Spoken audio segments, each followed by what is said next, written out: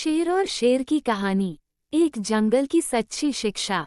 बहुत समय पहले की बात है। एक घना जंगल था जिसमें अनेक जीव जंतु रहते थे। उस जंगल का राजा एक बलशाली परंतु वृद्ध शेर था जिसका नाम था वीर। वीर ने वर्षों तक जंगल पर राज किया था। वह न्यायप्रिय और बुद्धिमान था, इसलिए सारे जानवर उसका सम्मान करते थे। पर अब वीर बूढ़ा हो चला था। उसकी चाल धीमी हो गई थी, आंखें धुंधली पड़ गई थीं और दहाड़ में पहले जैसी ताकत नहीं रही थी। उसे यह एहसास हो चला था कि अब उसे जंगल के राजा के पद से हट जाना चाहिए।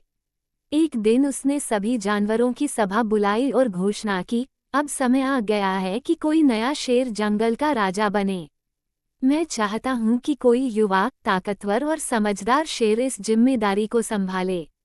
सभा में एक नौजवान शेर आया, नाम था अर्जुन। वह तेज, बलशाली और आत्मविश्वासी था। उसने वीर से कहा, हे जंगल के राजा, मैं आपकी जगह लेने को तैयार हूँ। मैं इस जंगल को भय मुक्त और न्यायप्रिय बना दूंगा। वीर ने अर्जुन की तरफ देखा और शांत स्वर में बोला, राजा सिर्फ ताकत से नहीं बनता, उसे धैर्य, समझदारी और त्याग भी आना चाहिए। क्या तुम खुद को इसके योग्य मानते हो? अर्जुन ने गर्व से कहा, मैं सबसे ताकतवर हूँ। मेरी दहाड़ से पूरा जंगल कांपता है। मैं शिकार में निपुण हूँ। यही काफी है। वीर मुस्कुराया और बोला, तो ठीक है। आज से तुम जंगल के नए राजा हो। लेकिन याद रखना, ये सिर्फ एक शुरुआत है। अर्जुन ने जब राजगद्दी संभाली तो पहले कुछ दिन सब ठीक चला, मगर धीरे धीरे उसमें घमंड आने लगा। वह बेवजह जानवरों पर गुस्सा करता, जरूरत से ज्यादा शिकार करता और खुद को सबसे ऊंचा समझने लगा। जंगल में डर फैलने लगा। जानवर वीर की याद करने लगे। एक दिन बूढ़े शेर वीर ने अर्जुन को बुलाया और कहा, बेटा, क्या तुम्हें लगता है कि डर के बल पर कोई राजा बन सकता है? अर्जुन ने तंज कसते हुए कहा, आपका जमाना बीत गया है। अब जंगल को एक सशक्त राजा चाहिए, न कि प्रवचन देने वाला। वीर ने कुछ नहीं कहा, बस मुस्कुराकर बोला, तुम सही कहते हो।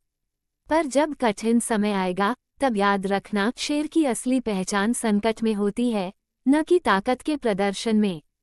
समय बीता और एक दिन अचानक जंगल में इंसानों का दल आ गया, हथियारों से लैस शिकारी। वे शेर का शिकार करने आए थे। अर्जुन ने उन्हें देख लड़ाई की, लेकिन जल्द ही थक गया। उसने मदद मांगी, पर जानवरों ने उसका साथ नहीं दिया क्योंकि वो उनके दिलों में जगह नहीं बना पाया था। ठीक उसी समय बूढ़ा शेर वीर सामने आया। अपनी कमजोर काया के बावजूद उसने चतुराई से झाड़ियों और चट्टानों का उपयोग किया, अपने पुराने अनुभव से शिकारियों को जंगल में भटकाया और सभी जानवरों को मिलाकर एक योजना बनाई। पूरी जंगल की एकता और वीर की चालों से शिकारी हार मानकर लौट गए। अर्जुन शर्मिंदा हो गया। वो वीर के पैरों में गिर पड़ा, मुझे माफ करिए। मैंने सोचा था कि केवल ताकत ही राज करने के लिए काफी है। लेकिन आज आपने सिखा दिया कि सच्चा राजा वही होता है जो सबको साथ लेकर चले। वीर ने अर्जुन को उठाया और कहा, तुम में शक्ति है और अब समझदारी भी आ गई है। अब तुम सच्चे राजा बनो। उस दिन से अर्जुन ने अपना व्यवहार बदल दिया। वह अब न सिर्फ ताकतवर था, बल्कि न्यायप्रिय, सहनशील और प्रेममयी राजा बन गया। और जंगल में फिर से शांति और आनंद लौट आया।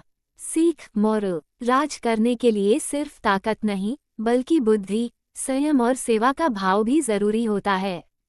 जो दूसरों का आदर करता है, वही सच्चा नेता बनता है।